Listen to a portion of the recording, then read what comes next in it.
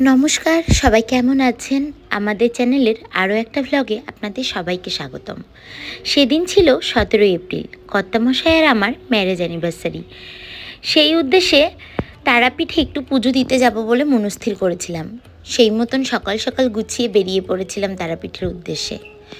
কথায় আছে, তারা মা না ডাকলে নাকি তার কাছে পৌঁছানো যায় না। সেই মতন প্রায় বছর 5 পরে আবার তারা মার ডাকে সাড়া দিয়ে আমরা চললাম তারাপীঠ।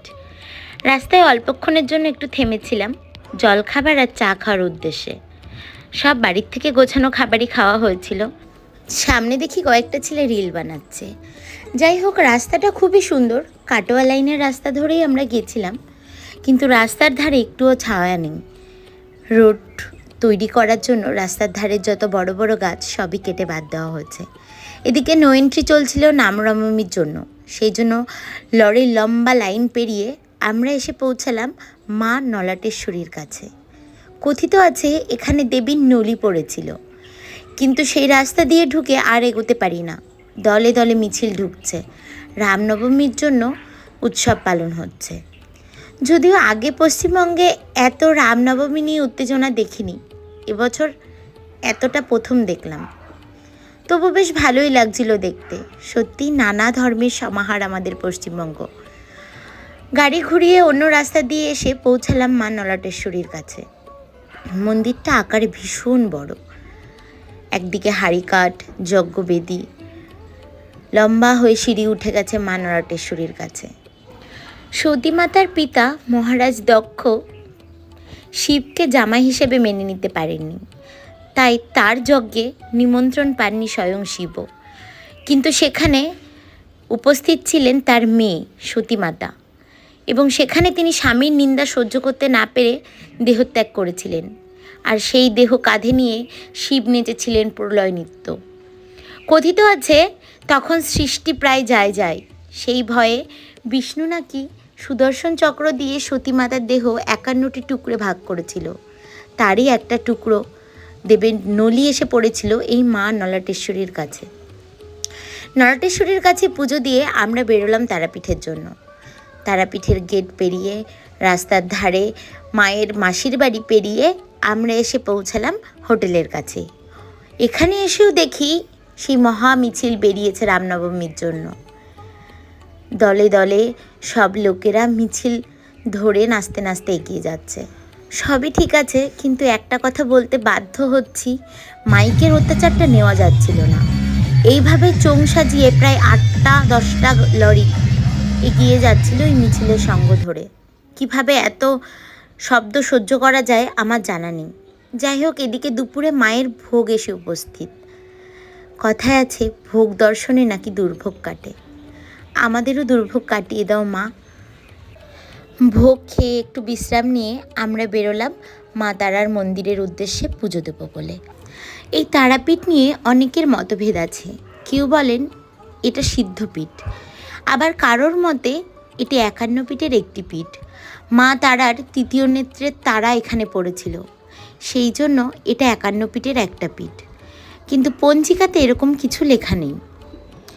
তুমি যদি সৎ হও তবে পৃথিবীর যেখানেই থাকো এবং যে ধর্মাচরণই করো না কেন, মা তারার আশীর্বাদ সর্বদা তোমার সঙ্গে থাকবে এবং তোমার সব আশা পূরণে সহায়তা করবে।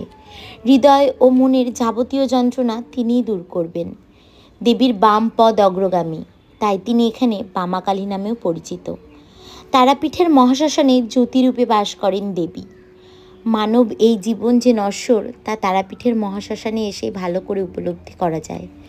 কথিত আছে মা তারা শিলামূর্তি এই শ্বেত শিমুল গাছের নিচেই নাকি পাওয়া গেছিল। যদিও আরও একটি মতভেদও আছে, সেটা পরে আপনাদের সঙ্গে শেয়ার করব। এই গাছের নিচেই পঞ্চমুণ্ডী আসন অবস্থিত, যদিও সেই গাছটি এখন নেই। এবং সেই পঞ্চমুণ্ডী আসনে বসেই সাধনা করেছিলেন বশিষ্ঠ মুনি ও গুরু বামদেব। এই বামদেবের জন্য তারাপীঠ আরও প্রসিদ্ধ।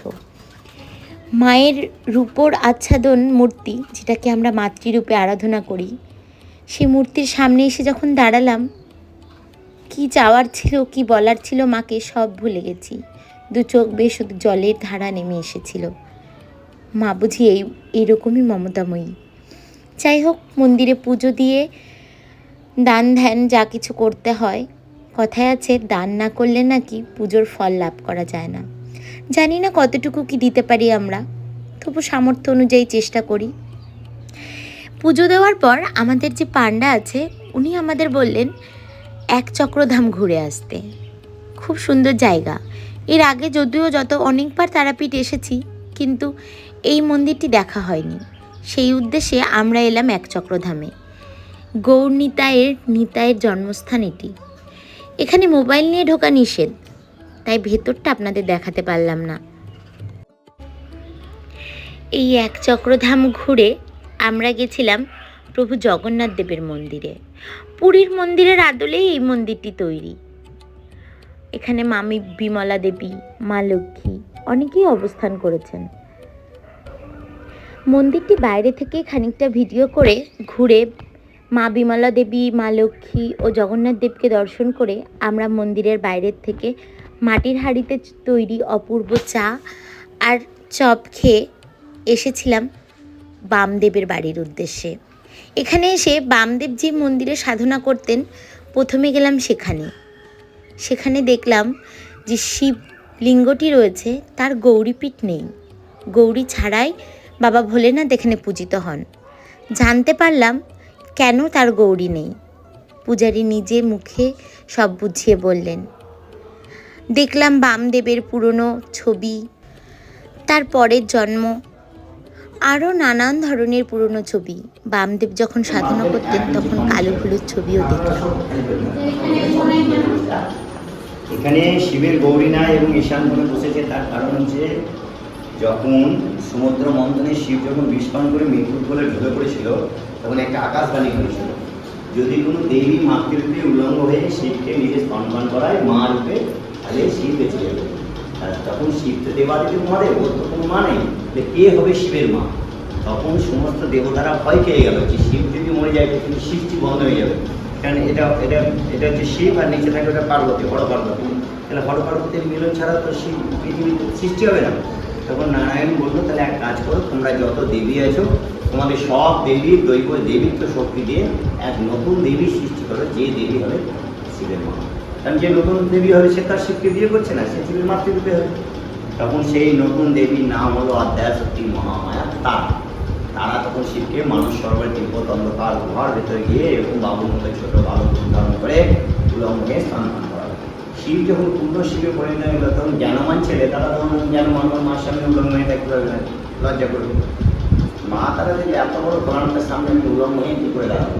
তখন মা তার দেহটাকে পাথরে শিলা করে মহামণি বশিষ্ঠ মুনি বশিষ্ঠ, যিনি রামচন্দ্রের পুত্রে মহামণি বশিষ্ঠ, ওর জন্ম হয়েছিল প্রজাপতি ব্রহ্মার নাভি থেকে।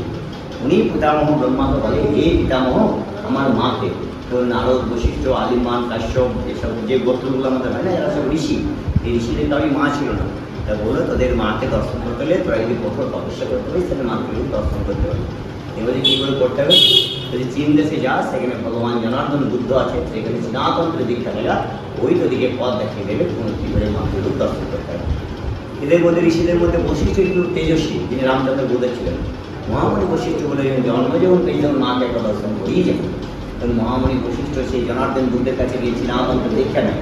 দীক্ষা নেওয়ার পর ওই শিলাটা তখন মা তারা শিবকে স্থাপন করেন, লজ্জানি করেন, যেটা পাথর হয়ে গেল, ওই শিলাটা মহামণি বশিষ্ঠের হাতে তুলে দিয়ে বলে, যা তুই এটা ত্রিভুজ জেলা তারা আমাদের ঈশান করে সে চিমুর বৃক্ষের তলায় মাকে নিয়ে গিয়ে প্রতিষ্ঠা কর, দিয়ে পূজা কর, মাকে রূপ দর্শন করে। মহামণি বশিষ্ঠ ওই ব্রহ্মশিলা নিয়ে এসে শ্মশানে রাখে। শ্মশানে বামুনের একটা মেয়ে রূপ ধারণ করে মা তারা শ্মশানের মাটিতে দাঁড়িয়ে মহামণি বশিষ্ঠকে দর্শন দেয়। এবার মা তারা শ্মশানে যে মাটিতে পা দিয়ে মহামণি বশিষ্ঠকে দর্শন করলো, সেই মাটিটা হয়ে গেল পাথরের পা।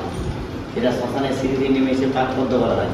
এটা দুর্গা পূজার পরে কোজাগরী লক্ষ্মী পূজা হয় না, লক্ষ্মী পূজার আগের দিন চতুর্দশীর দিনে মা তারা বশিষ্ঠকে দর্শন দেবে।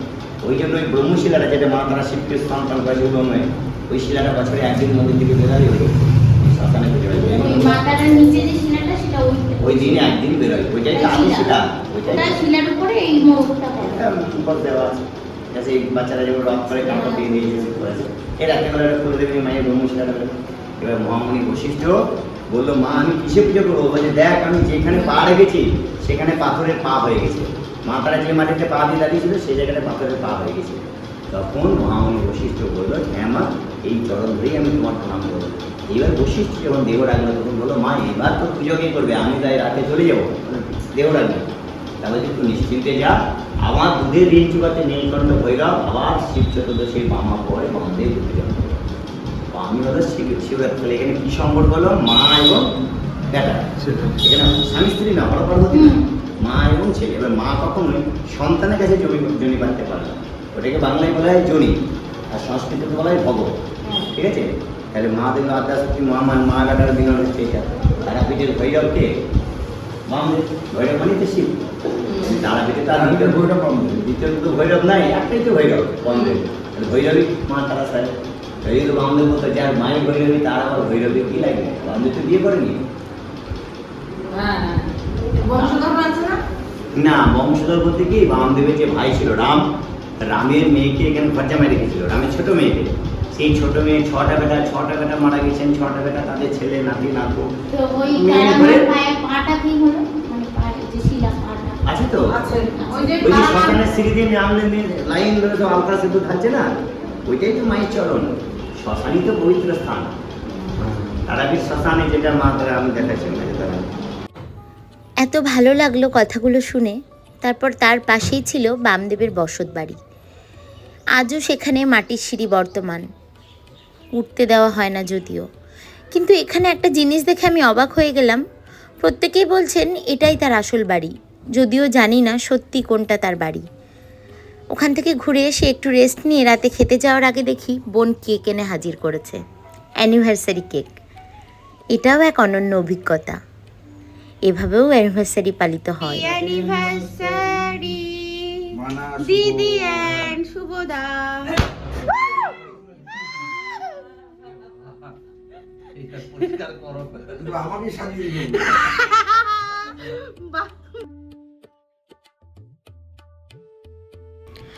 সবাইকে কেক খাইয়ে আমরা গেলাম রাতের খাবার খেতে।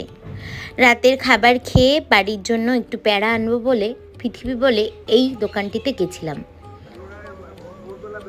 তারপর গেছিলাম শ্মশানে।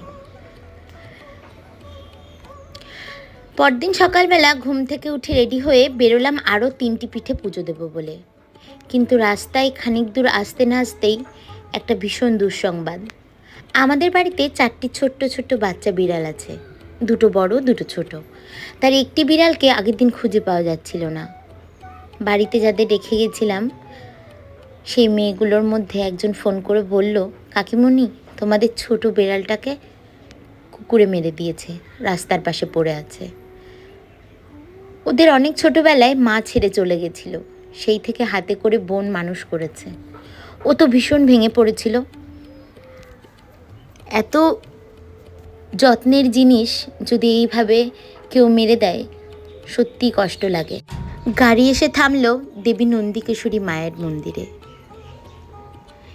এখানে মাকে পুজো দিয়ে শুধু বিড়াল বাচ্চারা আত্মার শান্তি চেয়েছি। এত কষ্ট হচ্ছিল, এত কান্না পাচ্ছিল, দেখে মনে হয়নি ছবিটা যে কুকুরে মেরেছে। পরে অবশ্য জানতে পেরেছি কুকুরে মারেনি, মানুষই এত নৃশংস যে মেরে দিয়েছে।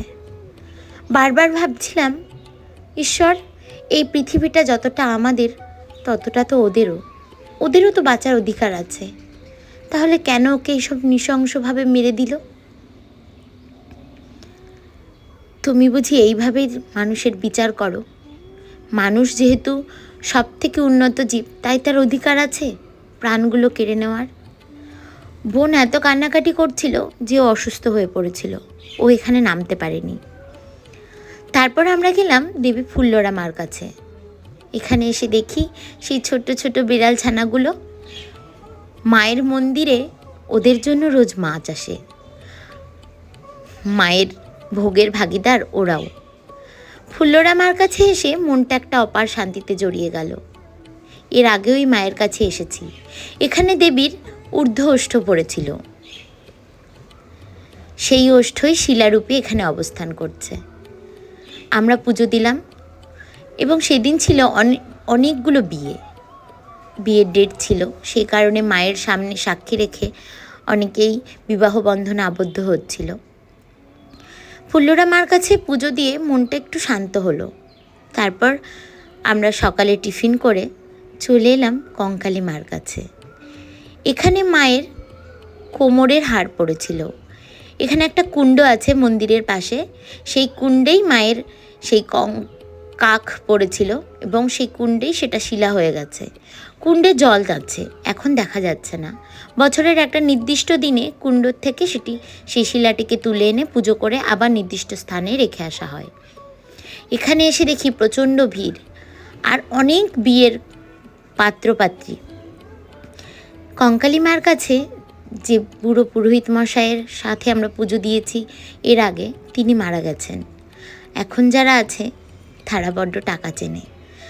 যাই হোক, কোনো ক্রমে পুজো দিয়ে হোটেলে খাবারের অর্ডার করে একটু ঘুরে বেড়ানোর উদ্দেশ্যে আমরা এসেছিলাম সোনাঝুরির হাটে। প্রচণ্ড গরম, তবু তার মধ্যে একটুখানি ঘুরে বেড়ানোর জন্য ঢুকেছিলাম। বোনকে কিনে দিলাম এই কাপড় দেওয়া চুড়িগুলো। সেখান থেকে এসে দেখি এখানে সাঁওতালি নাচ হচ্ছে। এইসব দেখতে দেখতে কোথা দিয়ে যেন 1-1.5 ঘন্টা সময় কেটে গেল।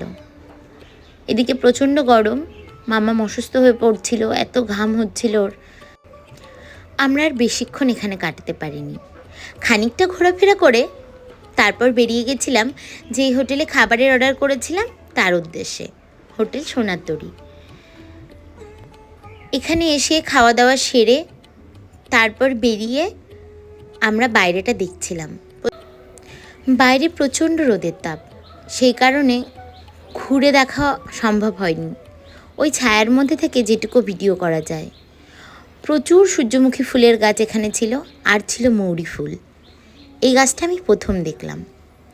এসব দেখে ঘুরে তারপর গাড়ি ছাড়লো। সবাই ভীষণ ক্লান্ত ছিল, কখন ঘুমিয়ে পড়েছি জানি না। যখন ঘুম ভাঙলো তখন গাড়ি গুসকারা ঢুকছে দিগনগর। হঠাৎ বাপি বলল এখানে কিউতলা বলে একটা আশ্রম আছে, যেখানে এক বাবা নির্জনে সাধনা করেন।